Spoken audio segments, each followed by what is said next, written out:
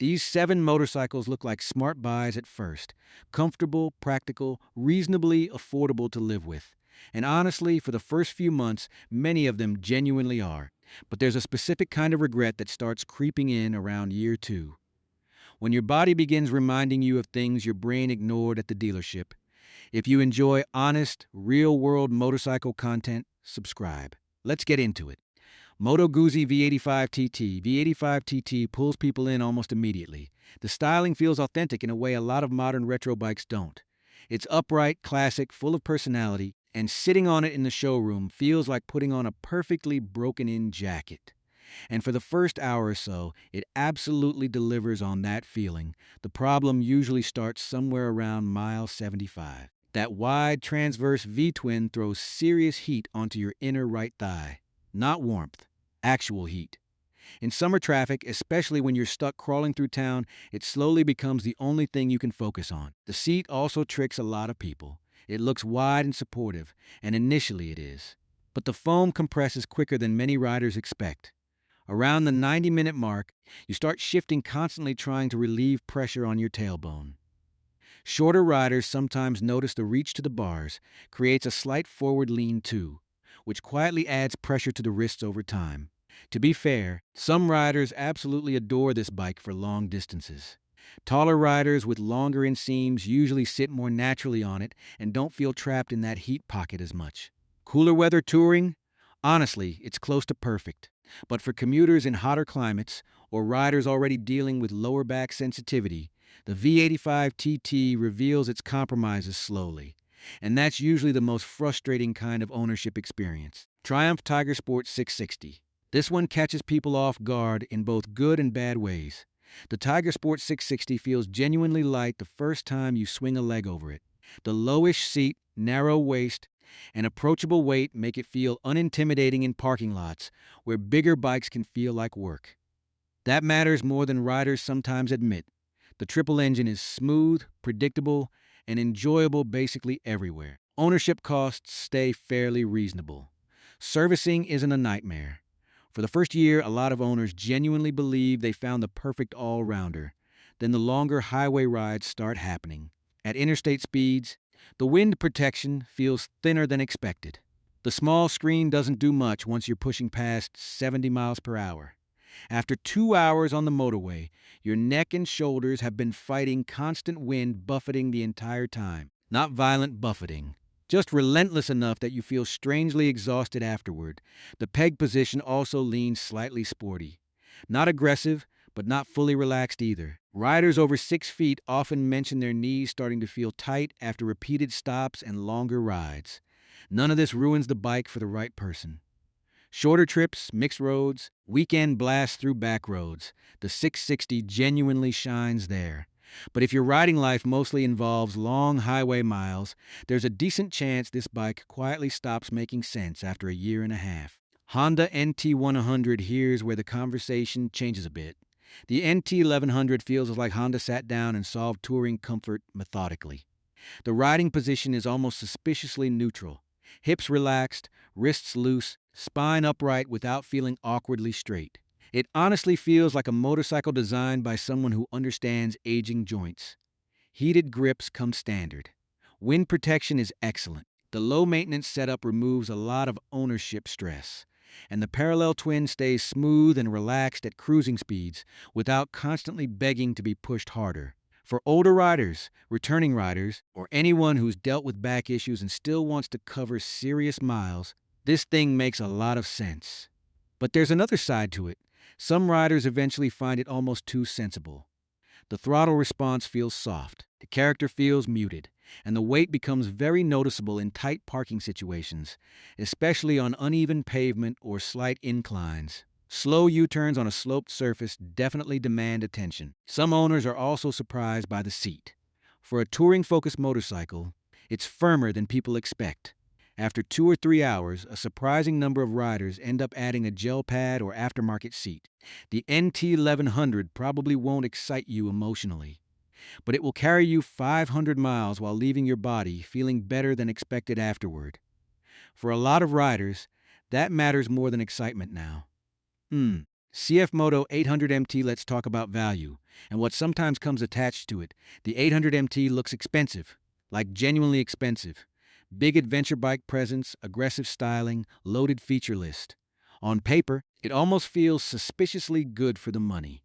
And honestly, in real-world riding, it's better than many people expect. The mid-range torque is easy to use, the suspension handles rough roads surprisingly well, and the comfort during the first half of a ride is genuinely solid. The issues are subtler. Quality consistency between units still creates some anxiety for buyers. Small switches, random electrical quirks, connection issues. Not everyone experiences them, but enough owners do that it becomes part of the ownership conversation. Some people go years without a single issue. Others slowly get worn down by small annoyances stacking up. The riding position can also feel cramped for taller riders over long distances, especially around the hips and hip flexors. The stiffness usually starts creeping in around hour 2, then follows you into the evening after the ride's already over. Resale value is still somewhat uncertain depending on your market. Part support varies heavily by region, and outside major cities, the dealer network can feel pretty thin. That's really the honest trade-off here. Some 800MT owners absolutely love theirs and feel like they beat the system financially. Others sell after one season because the little frustrations never stop accumulating. You're taking a small gamble with this bike, whether people admit it or not. Suzuki GSXS1000GT. This motorcycle confuses people in a really interesting way. The GT badge suggests comfort-focused sport touring. The styling reinforces that expectation. The equipment list looks impressive. Then you actually sit on it. Immediately, the Sporty DNA shows itself. The foot pegs sit higher and further back than many riders expect. The reach to the bars stretches you forward more than a true all-day tourer usually would. For the first 30 or 40 minutes, it feels sharp and engaging. By hour 3 on the motorway, your wrists and lower back are quietly filing complaints. The stock seat is also a recurring topic among owners.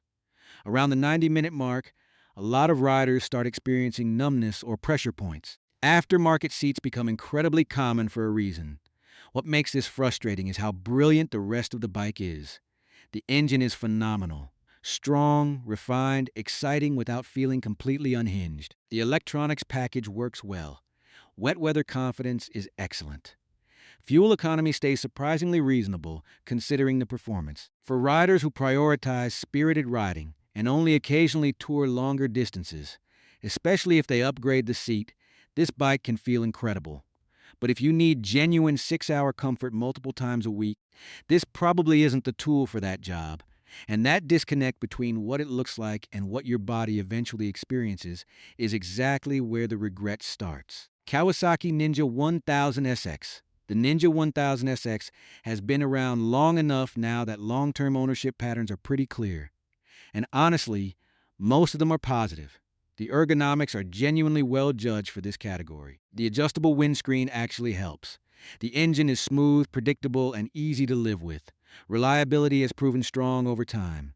Resale stays fairly healthy too. For riders in their 40s or 50s who want one motorcycle that can commute, tour, and still feel entertaining on weekends, this is still one of the safest answers out there. But the complaints long-term owners mention tend to develop gradually. The biggest one is the seat.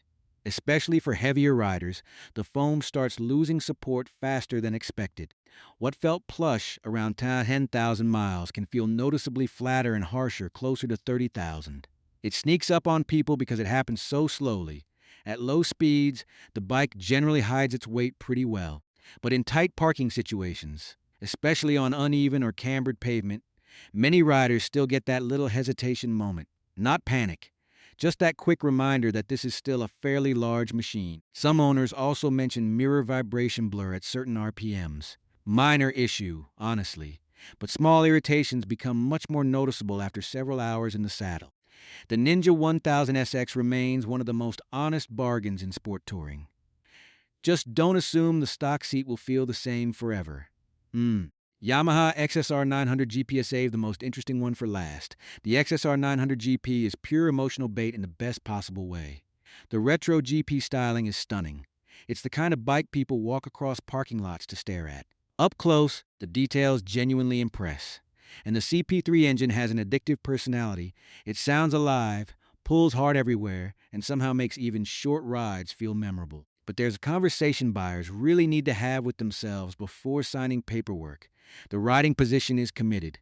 Clip-on style bars, rear set pegs, noticeable forward lean. For the first 40 minutes, it feels sporty and exciting. Somewhere around the 90-minute mark, it starts becoming physical work. Wrists carrying weight. Lower back staying tense.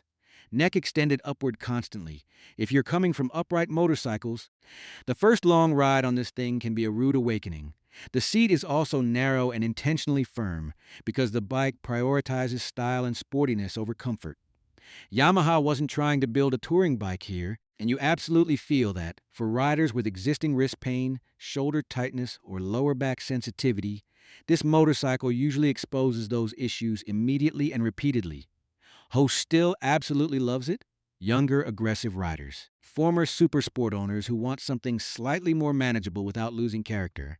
Weekend riders doing shorter blasts instead of full-day tours. Those riders defend the XSR900GP passionately, and honestly, they have good reasons to. Here's the real takeaway from all 7 of these motorcycles. Comfort is deeply personal, and a lot of it stays invisible until the second hour, the second season, or the second year of ownership. A bike that feels incredible during a spring test ride can feel exhausting during August traffic. A seat that seemed perfectly fine at 5,000 miles can become your biggest complaint at 30,000.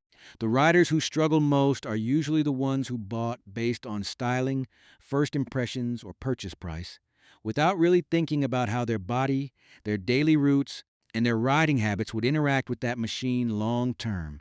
And if you're over 50 or returning to riding after years away, it's worth listening carefully to what your hips, wrists, knees, and lower back are already telling you. They're usually honest. A motorcycle that constantly asks more from your body than you comfortably want to give eventually stops feeling exciting and starts feeling exhausting. Some of these 7 motorcycles are quietly brilliant for the right rider, and some will leave the wrong rider in quiet regret within 18 months.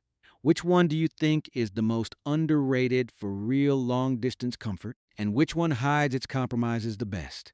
Drop it in the comments. Curious to see how real ownership experience compares to what people expect before buying.